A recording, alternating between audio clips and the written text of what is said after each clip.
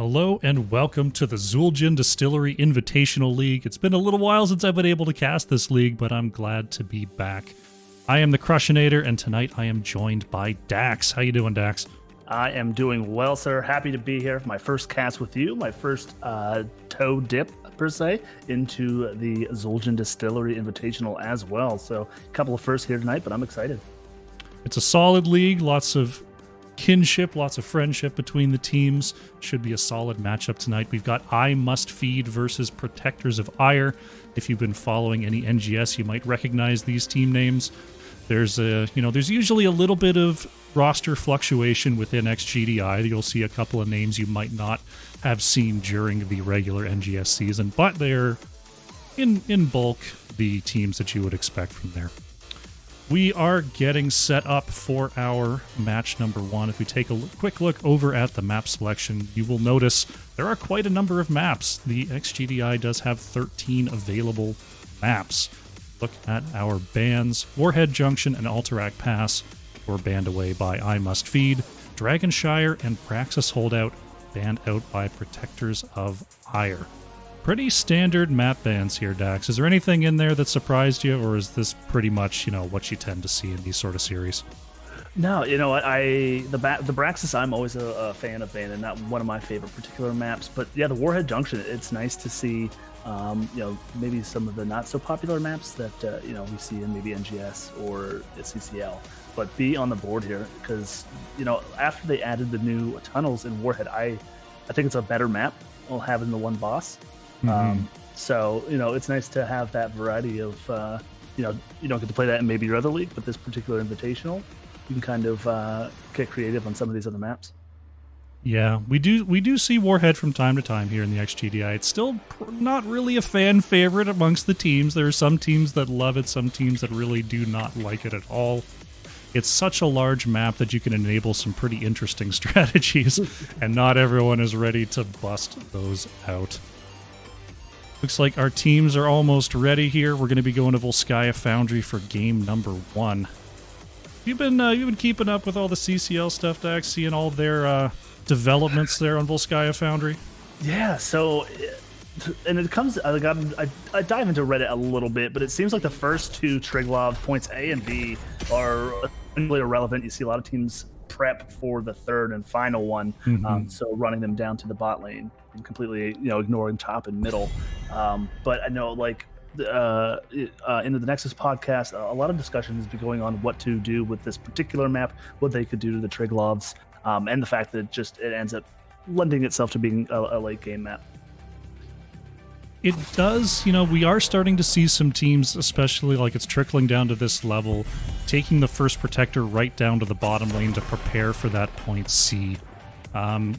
Still not seeing it every game. Some teams are still doing the old, first one goes top, second one goes bottom type strategy.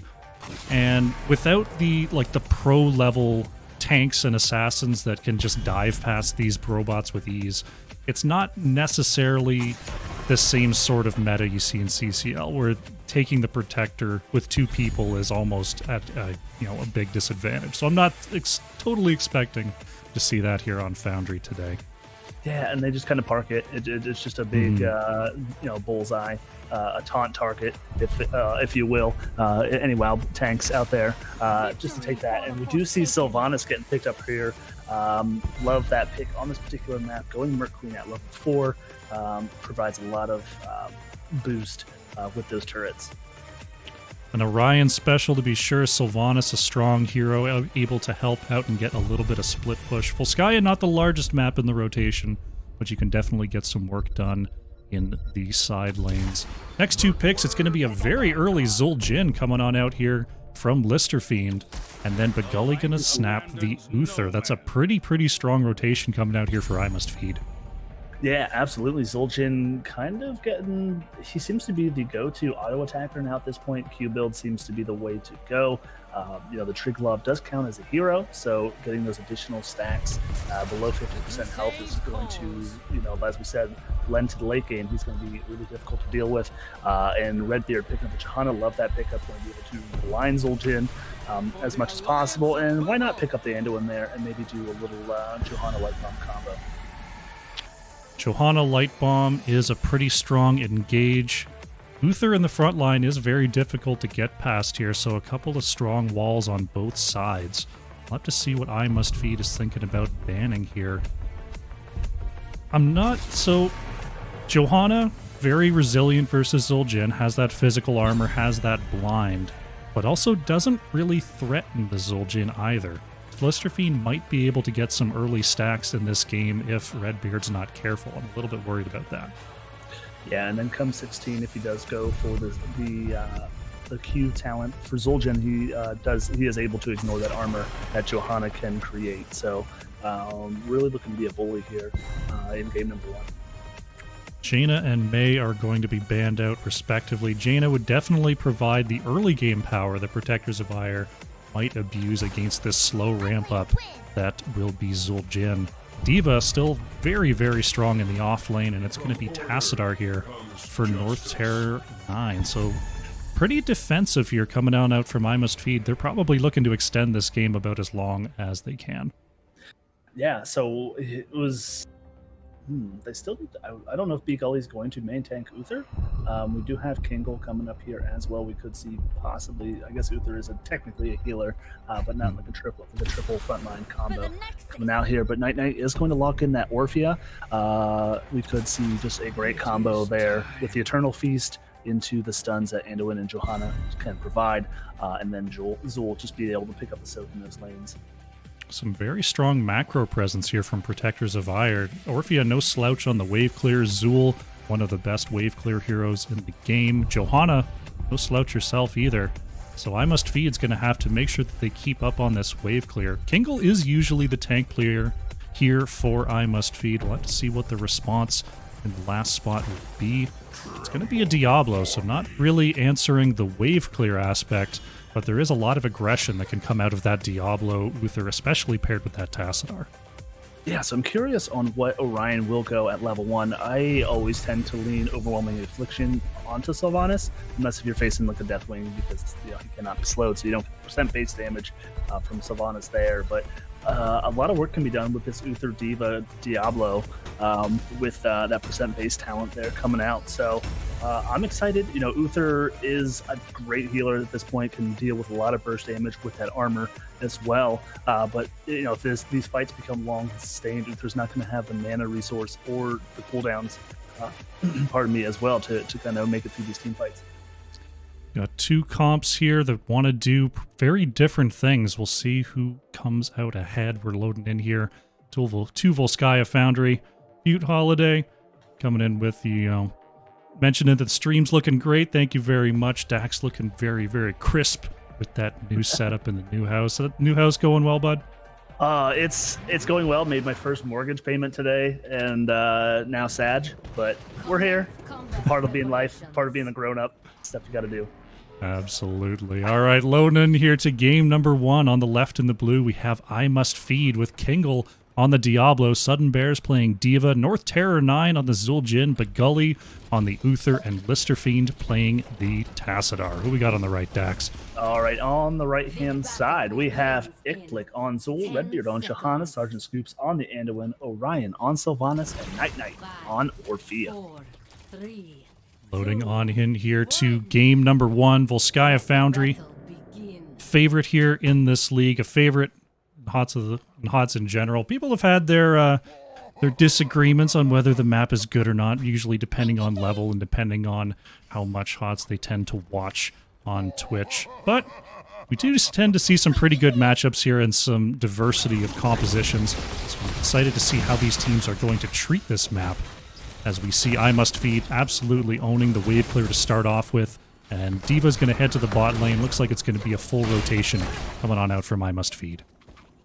All right, taking a look at level 1 talents, we do see Zul'jin's going to be normal stacking his baseline trait, but we do see stack charge coming out from Tassadar, and Uther opting for the Wave of Light at level 1. Interesting to see Shade coming out from Zul. I don't blame him at all with that Zul'jin. It does increase the cooldown of the shield, but you can kind of ignore a lot of base effects. So being a little less taxing on that Anduin in those tight team fights, so I don't hate the pick. Looks like Zul'jin is lagging a little bit behind on these rotations, trying to stay safe and stay in range of some free auto attacks here. Move it into the back line. It's all about the late game stacks here for North Terror. Yeah, he's being very, very safe here, is rotating down here. He's going to take a jump here onto this turret camp. We do see, pardon me here, Protectors are already having that thing done, so come a minute or so into the first objective, they will have the ability to gain a second one. But the pressure coming out onto Kinkle here, trying to delay rotations here, but finding himself, he's going to get rooted. In comes the Condemned. Night Knight is chasing along, but great stun coming out from Big Gully there to mess up that combo from Night Knight. Protectors of Aiur trying to take advantage of their early rotation onto the turret camp, nearly catching Kingle out there. North Terror is now back in the mix, tossing out those axes, pumping up those stacks. I'm wondering if we're actually going to see a fight over this mid-heal camp. Both teams are kind of don't want to get into a fight just yet. Orphea really likes those later game talents to be able to start dishing out the pain. Zul'jin not nearly powerful enough yet to really claw through Protectors of Aiur. So I think both teams are going to want to keep an eye on this heal camp, but they may not pull the trigger to try to take it. Right, so we do have that Merc Queen at 4, as kind of predicted as we thought. But everything else seems to be, pardon me, kosher. We do see Jailers getting picked up by Zul there, so not necessarily the full auto attack wave clear build, but with the poke that they do have, I don't blame them for one Jailers at all whatsoever. Protectors of Aiur a little bit ahead on their siege camp here. We'll see what they can do. Looks like they're going after Kingle once again. A little bit of a slow coming on out from Redbeard. Right now, Begully and North Terror are finishing up this siege camp on the left-hand side. And Kingle and Listerfiend going to try to clear away that top, but that's going to give Protectors of Aiur priority over this first point. So that puts I Must Feed on the clock here. The rest of Protectors of Aiur actually coming up to the top lane to try to protect this camp a little bit and give some more time to channel. North Terror is actually moving up and pushing Night Knight off this point. Gonna have to start moving back though, as Zul was looking for that bone prison. Won't find it just yet. Nope, so Sudden Bears does have the Diva Explode, Mech Explosion up, so we'll be able to provide some space and some zoning whenever needed onto the point here. As we do see I Must Feed here pressuring, they did clear the Bruiser camp. Now they are looking to get some pressure done here on the top wall, but they are not going to get out of here empty-handed, as we do see Protectors of Aiur stepping up to defend what is left and clear the rest of this camp out. I Must Feed giving up this first Protector. It's not going to get a whole lot done, and with the top lane pushed in the way it is, Protectors of Aiur are going to have to try to catch up this lane. They've only got 2 minions left, so with this Protector at nearly full health, they're going to get probably the wall in the well, though there's going to be a lot of damage coming out from Zul'jin onto this Protector, and those count as heroic stacks, as the wave and the pull from Sergeant Scoops are unfortunately overlapped, but Orion going to be safe for the time being. Look at this Protector just melt, actually only getting the well and 1 cannon tower. Redbeard, resilient on that Johanna, will secure the escape, but I feel like I Must Feed got the better of that rotation. Yeah, I mean, their Protectors of Aiur's fountain is up. Both seem to be about the same structurally wise. Just, Protectors of Aiur do have their fountain, but not a bad trade. But to your point there, Zul'jin at the start of that trade log was at 4 stacks, and afterwards he is up already. So making good headway here on that U1 Axe quest at level 1. Protectors of Aiur doing a very good job staying on top of their camps here, but I Must Feed is playing a little bit more opportunist. They're moving around the map knowing that Protectors of Aiur are here and are ready to have the wave clearer and on top of the camps, but you have to leave the map to do it. And you saw that push in the top lane was very, very effective there for I Must Feed, and they're not really, they haven't really lost a whole lot of camp priority as a result. I mean, we actually see them reaching level 10 first.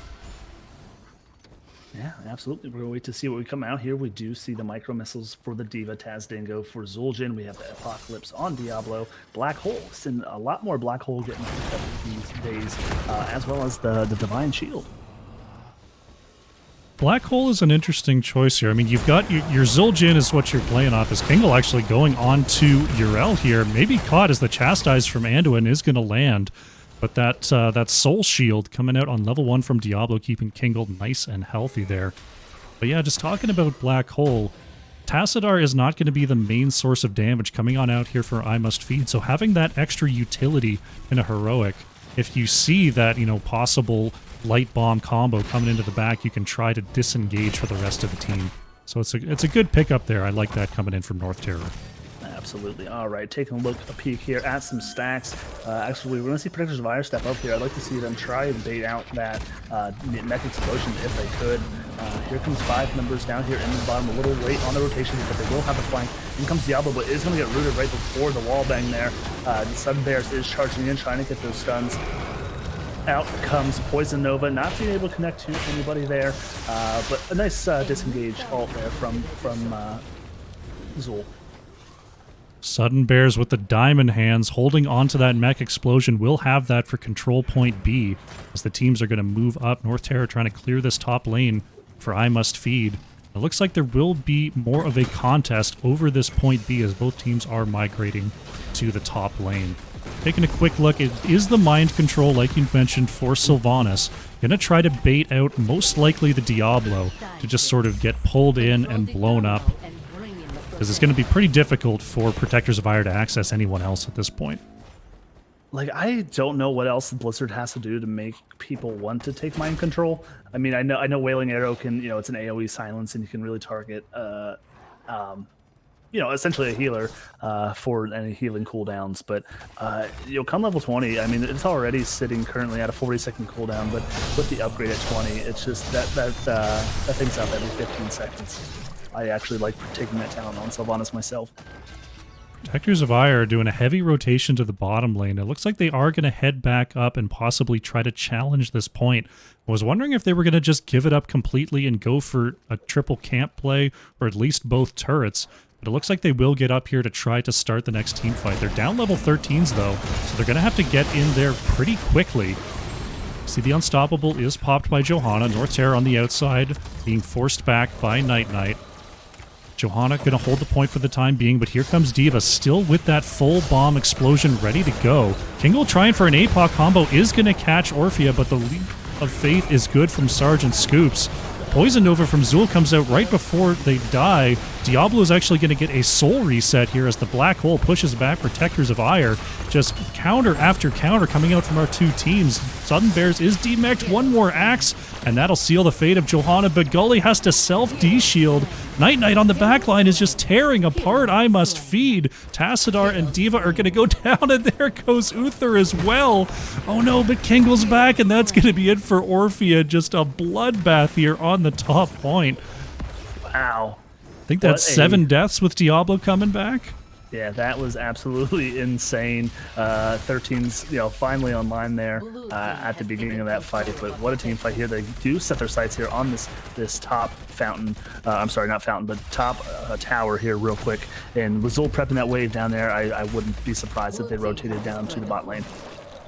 Top fort is going to be taken out here by I Must Feed. Going to start to rotate through. It is Diablo and Zul'jin inside. Diablo doesn't have a lot of souls in there, so they're going to have to be careful on where they drop off that protector. Looks like they're going to take a couple shots mid and start heading down to the bottom lane here. Zul has pushed it out, so this protector is going to have to tank the wall if it goes right in there. Heading on down to about half health here. I Must Feed in a pretty good spot, Dax. Yeah, they are in control of this particular map. Backing up here a little bit as to not get caught out. Diablo shouldn't have a problem. It looks like he does have APOC up, so I would expect him to maybe pop that as soon as he comes out, hitting the APOC combo, but not being able to get the flip onto Zul there. He does see a lot of that Bone Prison, a lot of that damage coming out, and that Poison Nova doing a great amount of work into this Uther. You know, he can kind of heal everybody, give him shielding, but that damage over time is really detrimental in a healer like Uther. Fight disengaging there to the benefit of I Must Feed. Looks like Protectors of Aiur, they're going to have to either take a fight right away or possibly wait until 16s are online here. Doing a quick check on our Zul'jin, 23 out of 30 on that level 1 quest. So not fully stacked yet, not getting that double revolve on those twin axes just yet. Looks like we may have another quick engage. No, Protectors of Aiur are going to back it up. So we do see I Must Feed here rotate onto this biotic emitter as we see Protectors of Aiur just try and stabilize. 16, they are down talent here 16, so they're just going to be able to get what they can here and try and soak lane safely, and then try and just catch up in for the third Triglav fight. Turret is up on the side for I Must Feed. Looks like we're going to get two picking that up. Zul'jin playing fast and loose there in the mid lane. 1v4, grabbing a couple extra stacks, trying to make sure that that quest is completed as quickly as possible here. I will say Protectors of Aiur have done a fairly good job of not letting Zul'jin just auto-attack for free. We're getting close to 12 minutes into this game. Zul'jin not finished that baseline quest. That's a good sign for Protectors of Aiur. Yeah, and they've lost both Triglavs. We mentioned it before in the early game, but they really don't do a whole heck of a lot. I mean, they're down a fort structurally wise, so they have a lot of work done up top. I mean, they can trade that out as well, but we do see I Must Feed setting their sights down here onto this pings coming out for the well. That's what they want.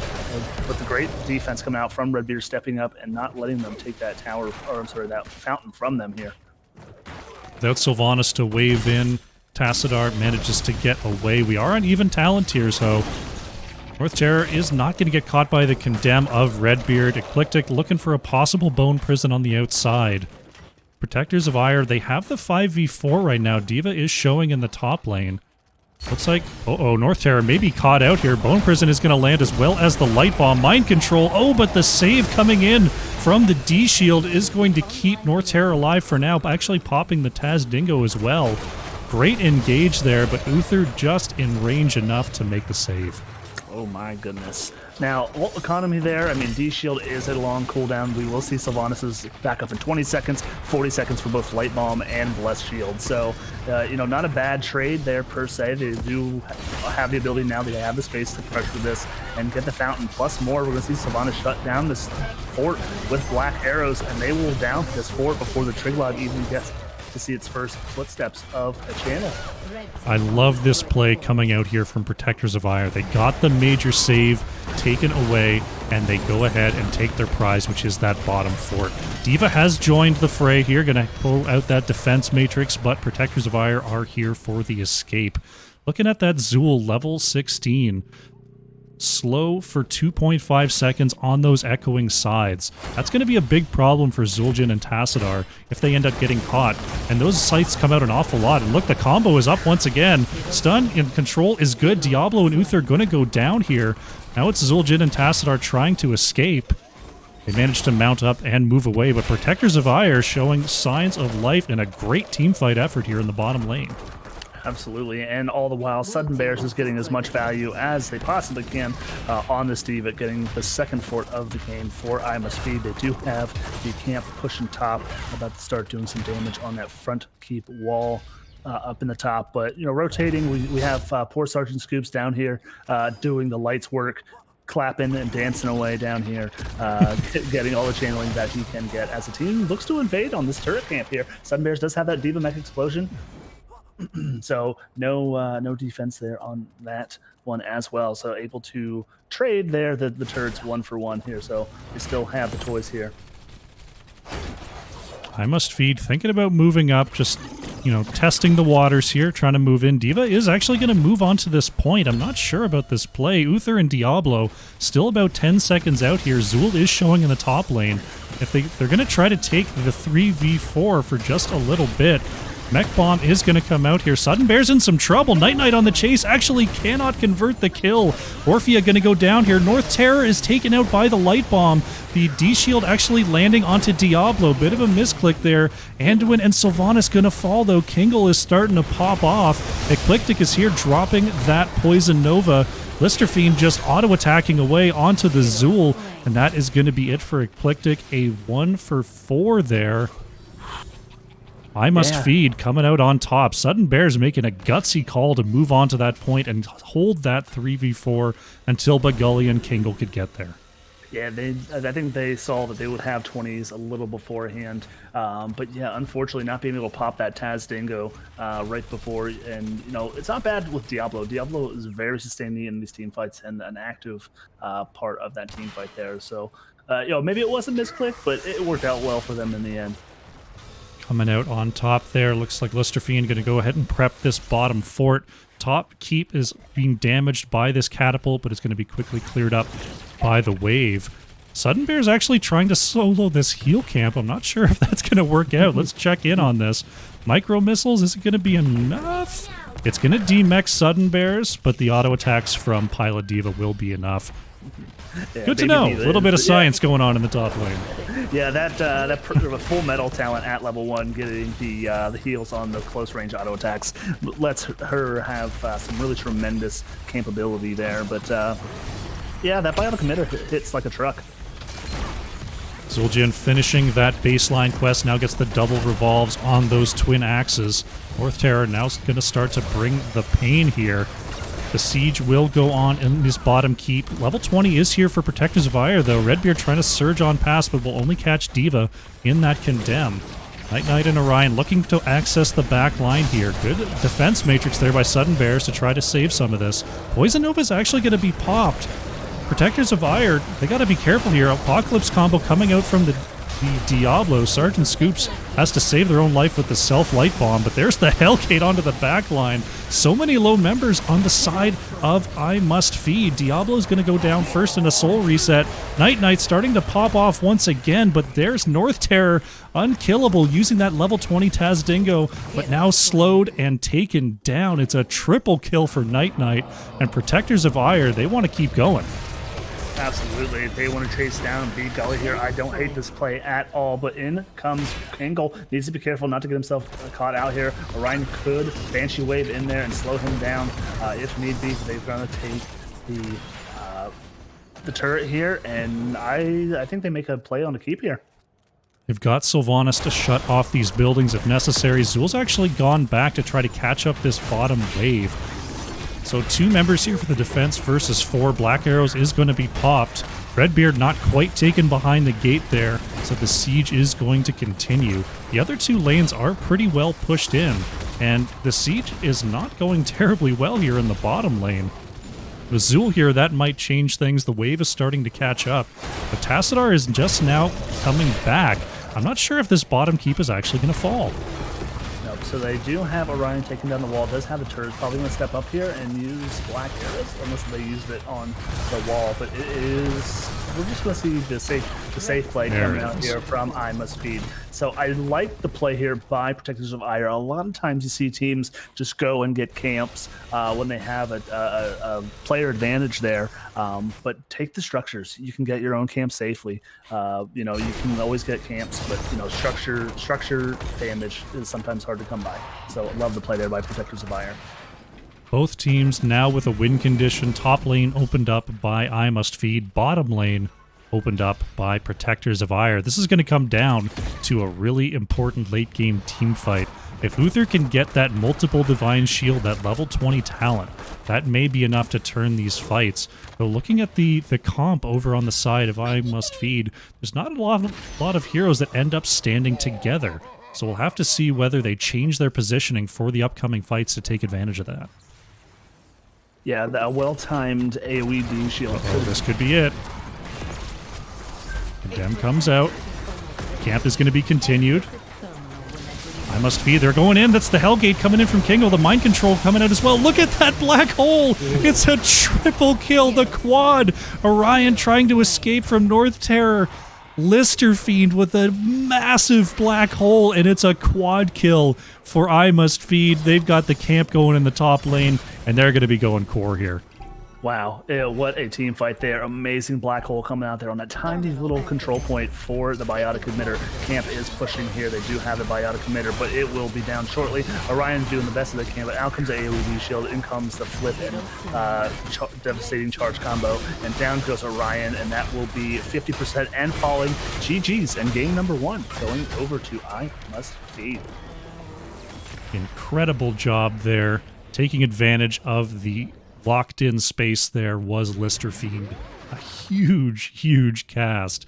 You saw that level 20 upgrade to the black hole was chosen. I'm going to go to that talent real quick here so I can read it off.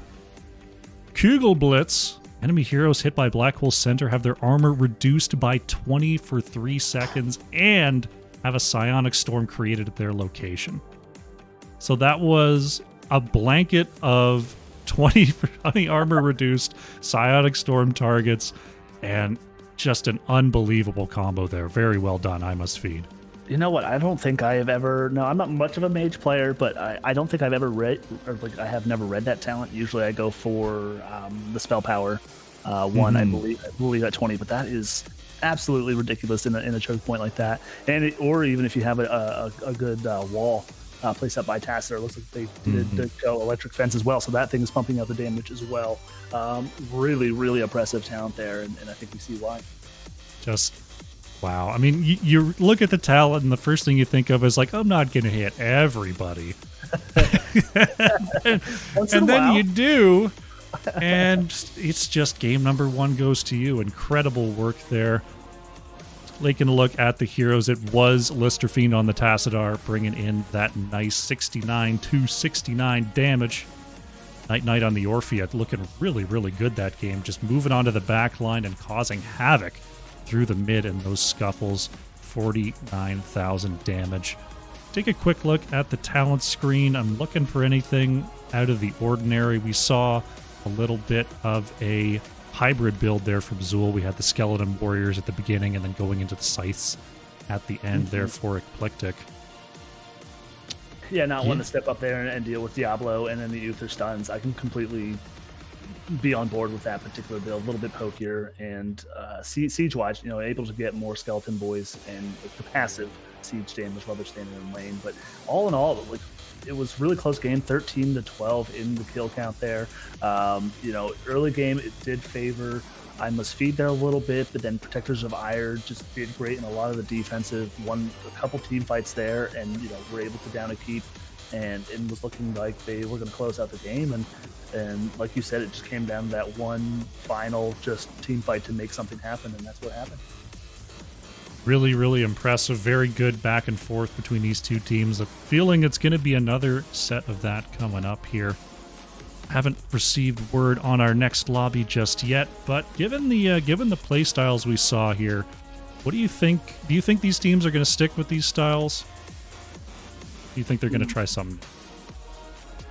A lot of times I think that kind of dictates what maps are on. Now some teams, they like to draft for the map, other teams like to just draft their team comp style. Pardon me, but it's hard to say here. We are on Sky Temple, so this one we may see these offlaners rotate onto maybe some globals, so like Falstad or the Dahaka could work. Brightwing is an incredible healer currently, and she can get that job done as well. But a lot of sustain fights on these tight choke points, so we might see the Tassadar ban coming out this time, I think, or a good respect ban, and the Orphea as well. Could be here. Sky Temple, not a map we get to see an awful lot, was banned, or not banned, but was not included in last season's NGS rotation. It is available here in the XGDI, so we're going to give it a shot today. It's been a while since I've got to cast Sky Temple. Yeah, I like this map. I was kind of upset that they took it off for Hanamura, but you know what? I enjoy change a little bit. Stuff can get kind of stagnated. But I like to Hakan on this map. I know, I forget who it was. I was casting a game one time, and someone just typed in the chat, like, just, you get to Hakan Sky Temple. It's just an easy win. It is possible. I think, I've seen these teams play some Dahaka. It's a big map. Globals are an absolute concern here.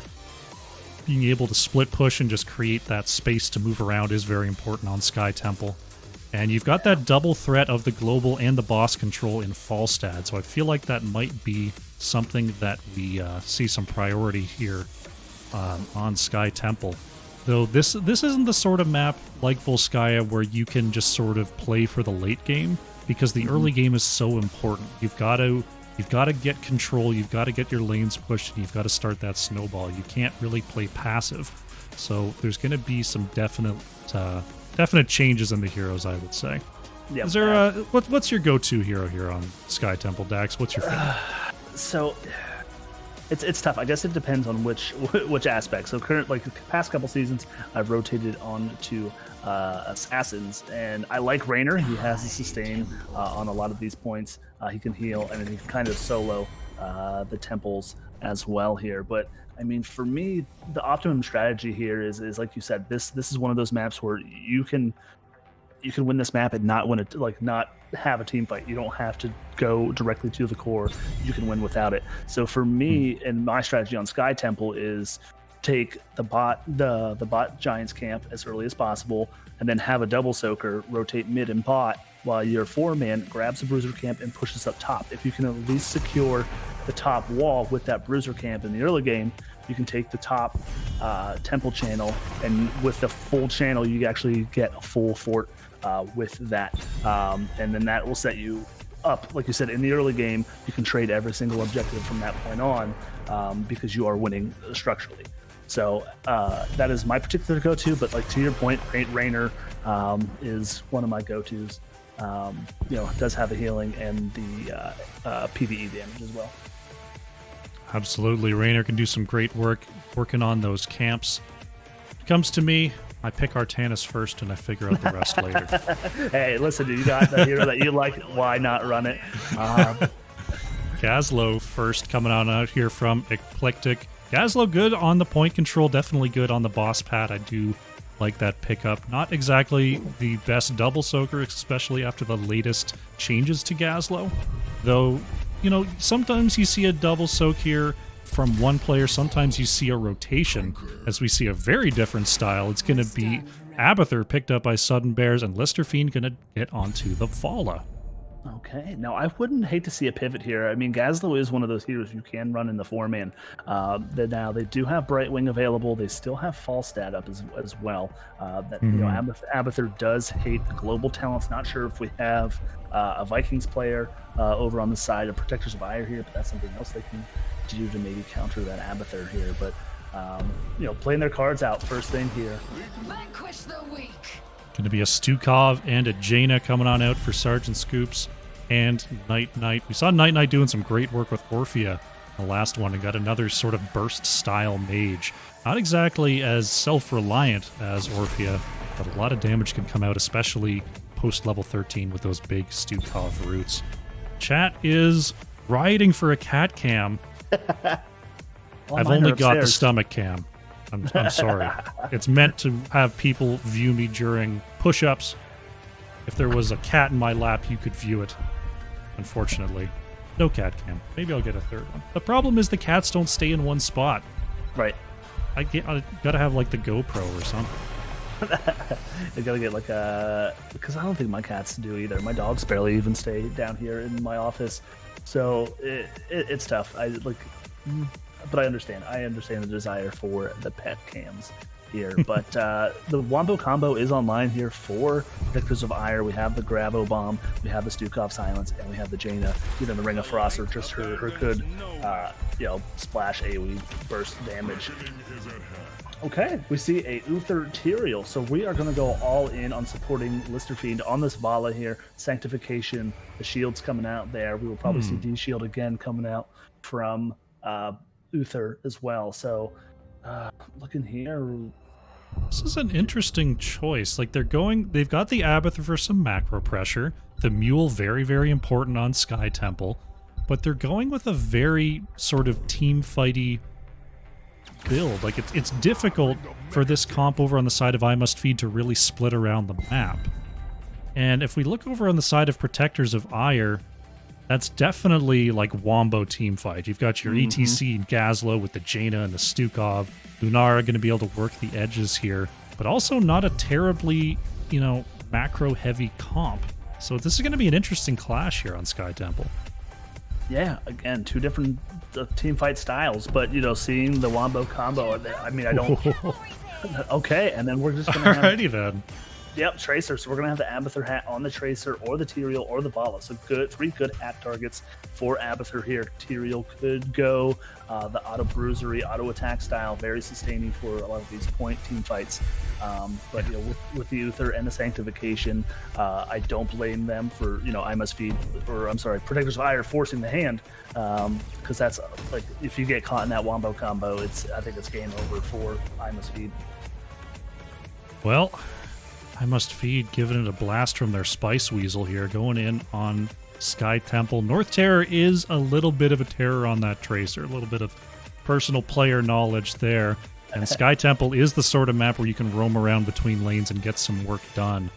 Jaina could have some problems. Lunara putting out the poison damage is a little bit squishy, but can definitely make Tracer feel the hurt. We'll have to see how that matchup goes through here as we set up for game number 2. And I fix my mouse. There we go. There we go. On the left in the blue, I Must Feed. Kingle on the Tyrael, but Gully's going to play Uther. North Terror 9 on the Tracer. Lister Fiend playing the Vala. And it is Sudden Bears on the Abathur. All right, and on the right-hand side, in the red trunks, looking to take us to a game 3, we have Protect on Gazlo, Night on Jaina, Redbeard on ETC, Sergeant Scoops on Stukov, Orion on Lunar. Ladies and gentlemen, we have Protectors of Aiur. Game number 2, Sky Temple is underway here. A couple of Globe Quests coming out here for Protectors of Aiur.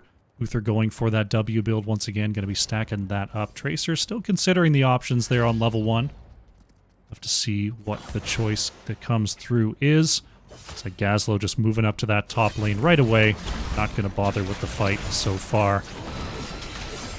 I have not had an opportunity. I haven't played Tracer since the rework, so I am just all around impressed with anyone that can play her anymore. Redbeard going to get the quick slide onto Tracer. May not have been the best idea, as now Redbeard has the slow walk out. North Terror has to move on back as that Blizzard Wave doing some big damage to the Tracer. You see Orion has moved down to the bottom lane. Yeah, I mean, Lunara's got some pretty good macro presence, able to do the wave clear, able to do the camps. But with the Tracer constantly roaming around, I don't know how much Protectors of Aiur are going to be able to freely move around this map. Yeah, it's going to be onto Redbeard to...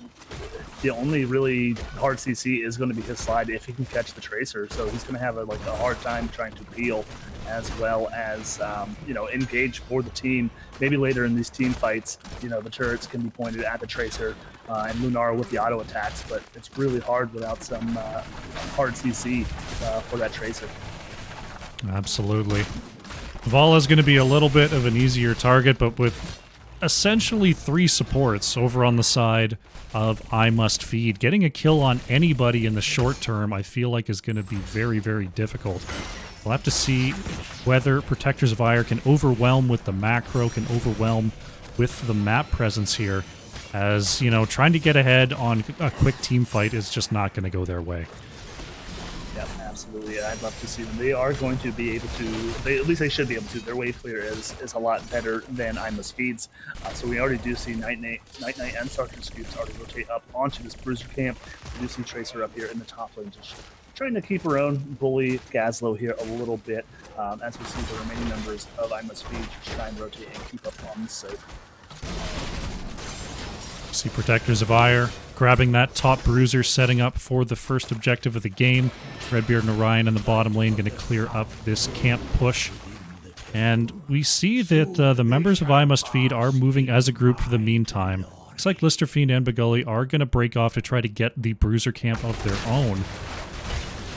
Protectors of Aiur, I mean, they're in a really weird spot. This is a spot I hate as a player, to be honest. You're just like, they're slow on macro, that means we can catch them on rotations. And then you just look at the enemy comp and you're like, we're never going to catch them on anything ever. We just need to use our rotations to get even more rotations. And it's just such a weird play style to play. We'll see if they can pull it off. It looks like they're going to be able to take control of both these points briefly. Eclectic may not be so lucky, though, as we've got a hatted Tracer finishing off that kill in the top lane. Yeah, absolutely. All right, so we do see Tyrael in here poking around a little bit, but able to work his way out of there. Vision getting caught by Lister Fiend and the Gully there, which makes it a little nerve-wracking not knowing what is rotating down your way here. But we see these teams just trading out the first round of temples here. Nice on Redbeard, trying to come down here and catch the soak. Sudden Bears is showing on the wave, so they know that Abathur is continuing up the soak here. So not trying to get behind. 7's online now for I Must Feed. Protectors of Aiur losing a lot of health on this top structure. This camp did so much work, and they were trying to hold that mid-temple, so they're going to lose half their health on this fort. I'm checking mid, and yep, there's the Mule from Abathur healing up that mid fort on the side of I Must Feed.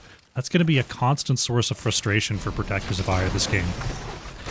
Yeah, because unfortunately not able to finish that out. Maybe that's where they have their sights set here. As we do see the vision coming out onto Orion there. Redbeard using his slide. I was waiting for the boop there. Wasn't sure if he was going to use the boop for the wave clear. But we have Night Knight holding 2 talents here. Not sure if she's waiting for something particular or just get caught up here in the heat of the moment. That happens to the best of us there. So a little bit of a power spike coming in from Jaina here pretty shortly. Jaina keeping us all in suspense. I'm sure that'll be rectified shortly. Anyone that knows the WoW story is, I think we're pretty much used to that at this point. Checking in, looks like the members of I Must Feed want to find this Gazla once again. Eclectic is staying out of it. There's 3 in this bush, and there they go. Gazlo in some trouble here, moved up, and that is going to be it. No chance at all. And now the top fort is going to be forfeit. But the counter push in the bottom lane coming in from Protectors of Aiur. This is exactly what they've got to do. They're getting value on another side of the map. They're using their camp pressure. I love this play coming out from them. I'd love to actually see them do a camp steal next if they can. Looks like they're not going to be able to finish off this fort. That just means that the Mule's going to come on down and fix that up. Without Gazlo there, it will be a little bit difficult to hold their ground. All right, there we go. And no camp there either. They are playing extremely safe. But, 10s are shortly online. I think this is the time that they need to try and find a team fight if they can. Because 10s are just about to come online here for I Must Feed. I Must Feed. It's going to be the Salvation, Rain of Vengeance, Divine Shield. That is Pulse Rounds coming on in for Tracer as they look for Orion here. Bringing Orion down to 2 bars there. And it is the Evolve Monstrosity for Abathur, so no time for an Ultimate Evolution. We just need to keep that hat rolling, and we need to keep that macro pressure high. Eclectic. Gazlo, enough clear to take out that first Monstrosity, but the first Temple in the bottom lane is up. We'll have to see how this 10 versus 10 team fight unfolds. It's North Terror moving on in, moving on out. Right now, Tyrael just holding that bottom point, doing a lot of work here. Protectors of Aiur are going to start to move down. The slow coming on in from Jaina. Redbeard was thinking about a slide, but not going to take it onto Tyrael. I think I Must Feed. Are they going to go in further, or are they going to test their luck here? All right, Sanctification is up. It is going to get popped here on the last final shot.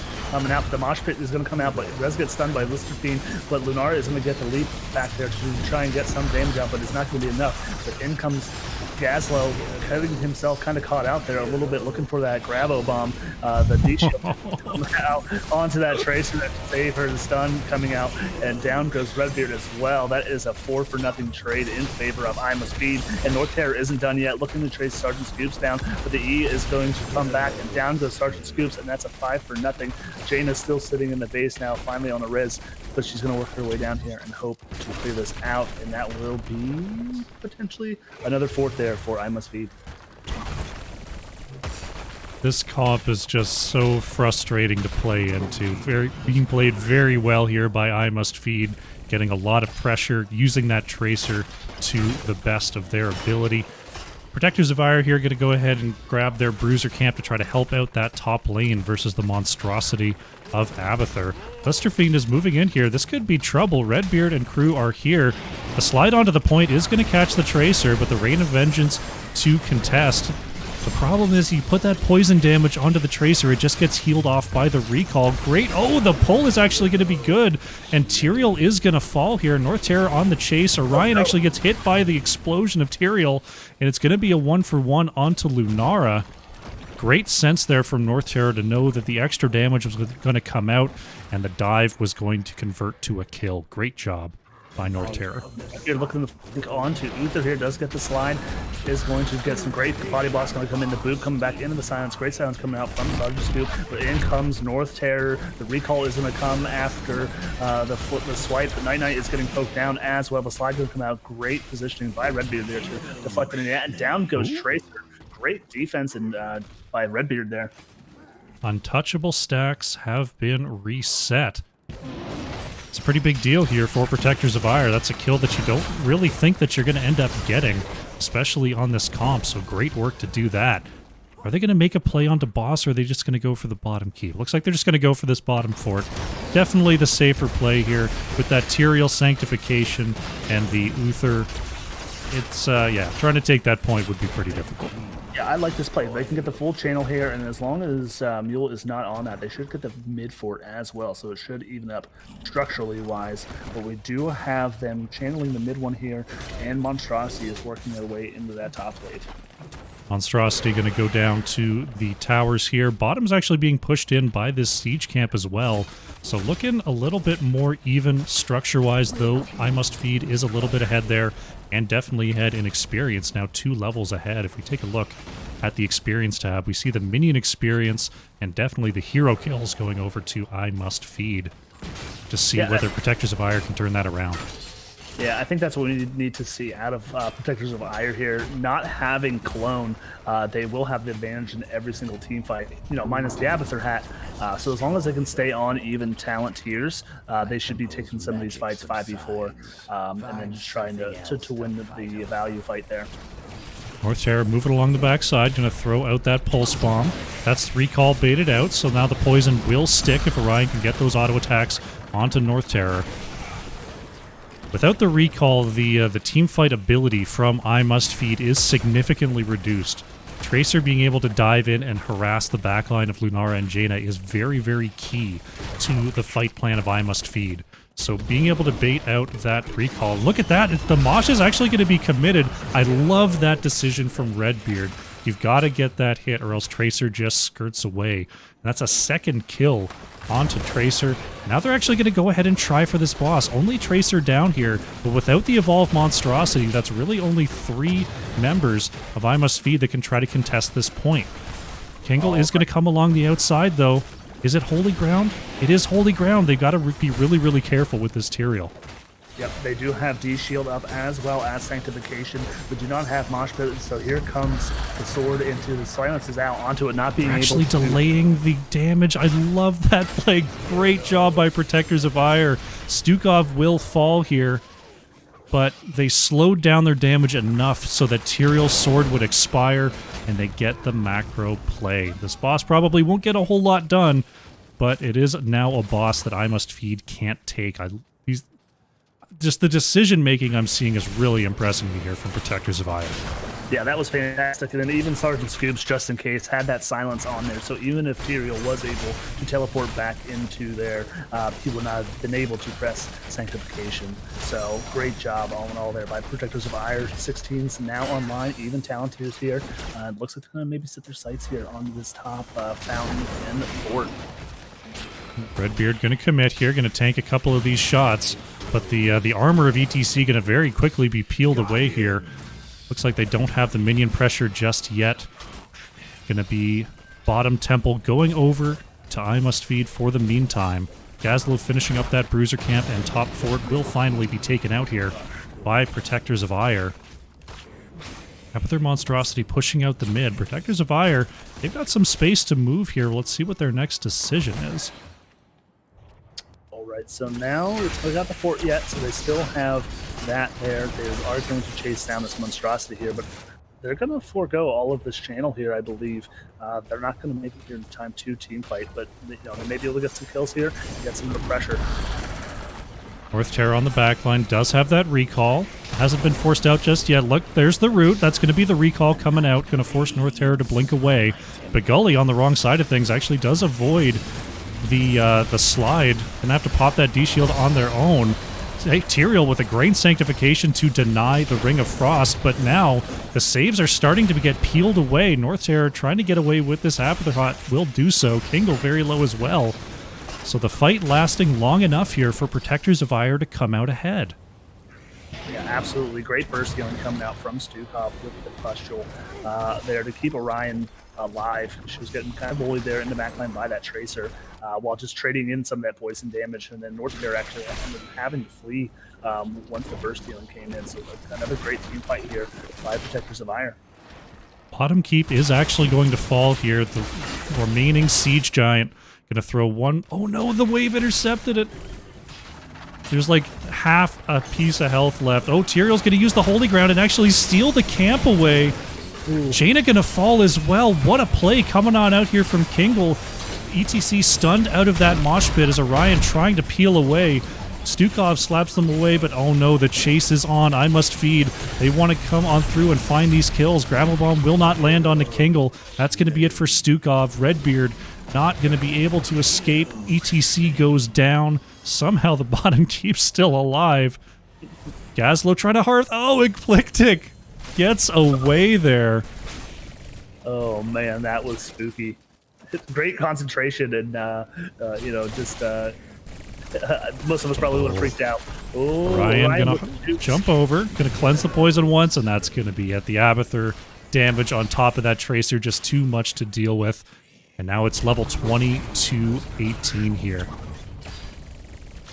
Alright, so it looks like they will continue to play the macro game. Death timers are a little bit longer now, above level 16, but you're going to play it slow and try and get both of these channels here. It should be a game here, but structurally wise, if both of these channels are completed by I Must Feed, there will be nothing left standing in the way between I Must Feed and the core.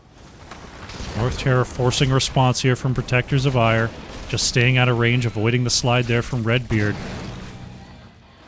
Gonna just be here to harass. It's going to be a double temple looking to go over to I Must Feed there. They've got the level 20s, they've got the macro presence, they're shelling down these keeps.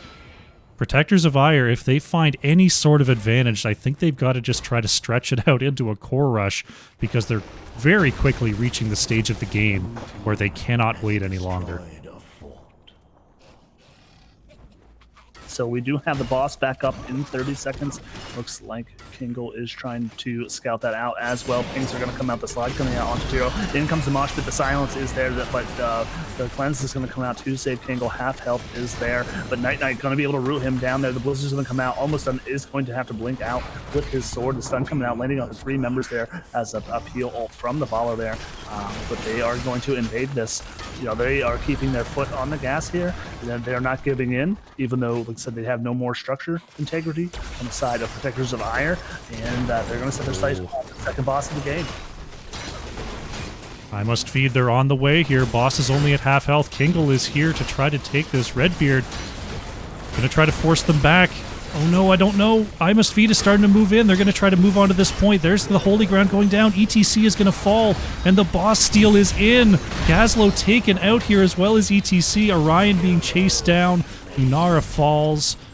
Night Knight is going to be slowed. Uses the ice block to survive for now, but the North Terror wraps it up. That's a pentakill here for the side of I Must Feed, and they're going to surge onto the core once again. Protectors of Aiur, they took a gamble, and I think in this spot of the game, a gamble was what they needed to take. Unfortunately, just coming up a little bit short here.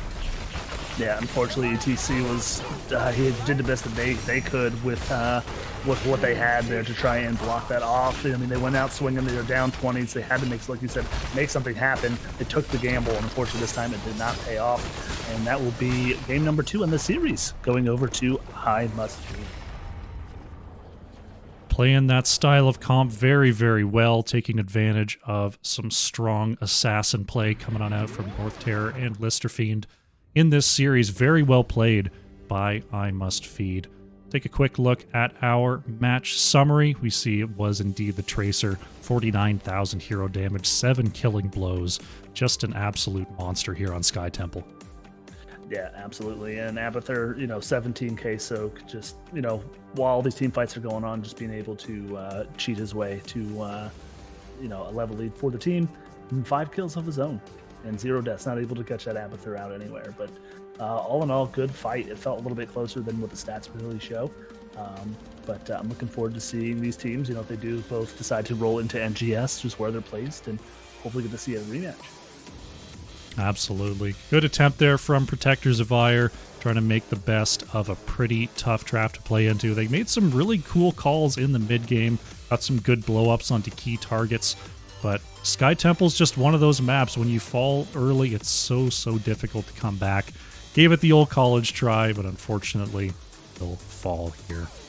We'll take a quick look at the talent screen, and then we'll see if we can get ourselves an interview with our winning team. Let me just go ahead and set that up. I'm going to turn off the Dax cam for just a moment while I go and find that.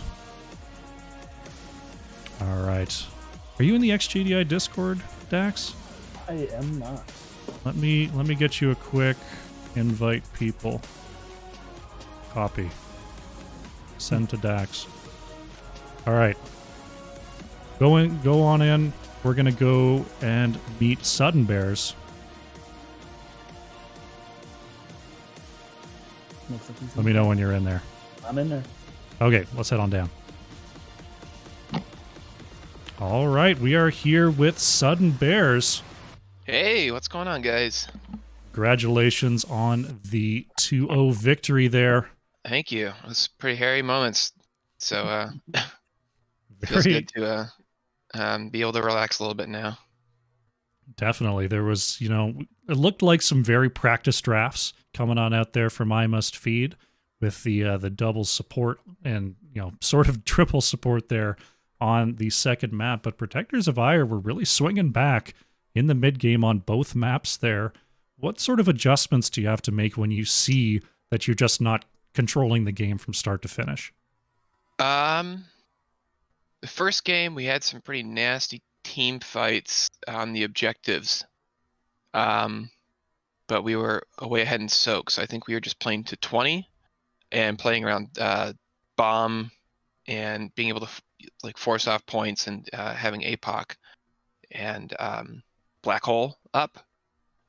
So I think we were just looking for macro soak and hoping that we can get a good team fight around one of those things in a corridor, like what happened at the end of the game, or on a point. So it wasn't too much of a losing control of the car moment. And then on Sky Temple, it was a couple picks, but I think that's required for our DPS and tank players to die a couple times, otherwise they're not doing a good job. Yeah. Right, they got to feed. So I think they were the mandatory picks mid to late game or mid to early game that they're just expected of them. So generally, we weren't too dour about the game momentum swings. That's good. That's good. Yeah, I mean, especially with that second comp, there's not a lot of ability to just sort of wait around and pick your moment. You're there to create the moments, and we saw that. Definitely Kengel moving in and creating space. North Terror just always a hassle there on the back line. Very, very well played. Going back to that first game there, we saw the level 20 black hole upgrade there from Tassadar. Not something that we see an awful lot, but we saw it used to tremendous advantage. Was that the situation being you needed that big team fight? Was that the call there on that talent, or was that sort of the go-to? I believe that's the go-to for Lister. Okay. And we like it. So I don't play enough DPS to be able to argue builds about Tassadar.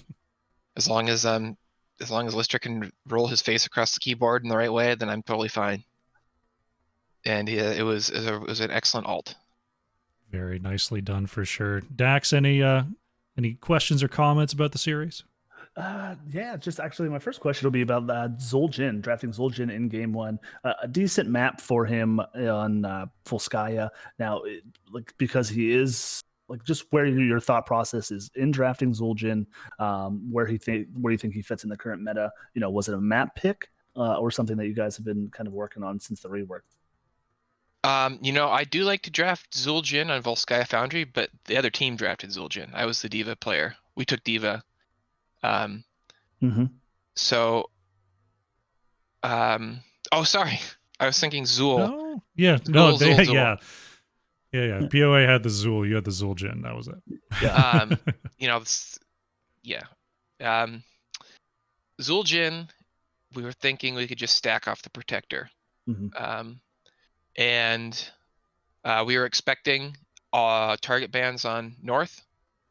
So we were hoping maybe we could get him onto some sort of auto attack hero or something, because we were expecting the target bans to come out. And we're like you said, it's a good stacking map. Have no idea about any of the builds for that character. Don't play DPS. That's fair. Now it looks like North did go what presumes to be the rework build, and the all-in-all good build. So yeah, just was just curious. Looks like North is the research is there, but just I forget who it was. I saw somebody saying that Zul'jin's going to be the new Rainer when it comes to the auto attackers in a lot of these team comps. So just looking for some insight on maybe some other players and some other teams at this point. Okay, yeah, and thank you for. I hope you would flame my DPS player if he picked the wrong talents, because I don't know what they are. So no, please call it out no if you see any bad talents. No. I'm not here to pick apart people's builds. It looked good. That's the one that I currently have saved to practice. I haven't played it myself, but no, it looked good and a lot of fun. All right. Well, Sudden Bears, thank you very much for coming and joining us today. Coming towards the end of the XGDI regular season here, so we're starting to look forward to the playoffs. Are there any rematches you're looking forward to? I'm looking forward to playing you guys again. It's always a fun time to play some old teammates and some old friends. So I'm looking forward to that, and looking forward to getting O2'd by Probius. Or 03. That is a little bit the story of the season, but maybe someone will find the answer and finally take down the beasts. All right. Any final shout outs you'd like to make? Yeah, I'd love to make a shout out to Protectors of Aiur. There's a lot of fun series, guys, and hope to see you around NGS. And good job killing me, Night Night. And I'll shout out to my team, and shout out to you guys. Fantastic. All right, Sudden Bears of I Must Feed, thank you very much for joining me, and good luck in the playoffs. Thank you. See you guys there. See ya. All right, I'll give you a call back in a sec here, Dax. Alrighty. Hit the button.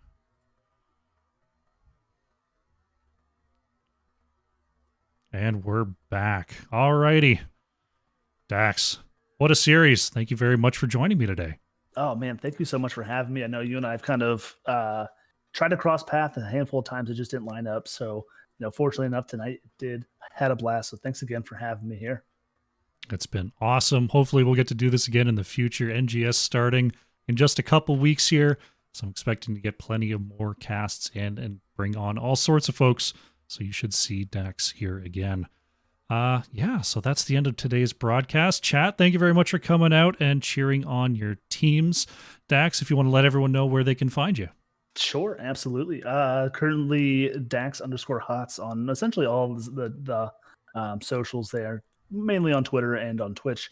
I was just able to start streaming myself. So as Crush said, maybe I'll have him on my own channel as we look forward to casting the next NGS season. I do play some HOTS, but at this point, I just most of my streams are just casting. That's kind of what I use it for, and looking forward to a busy season 11.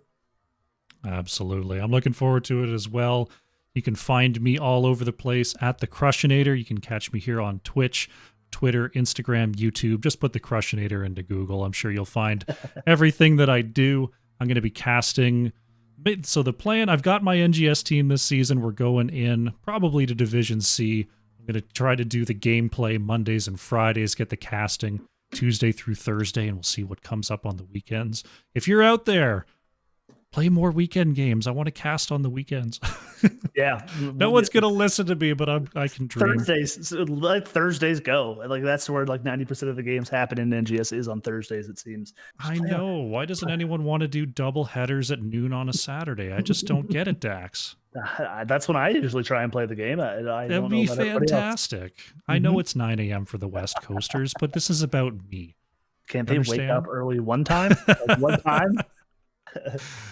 Alrighty. Well, once again, chat, thanks for coming out. We're going to see if we can keep the love going, find our next HOTS cast or HOTS stream to send you over to. So we will see you all next time.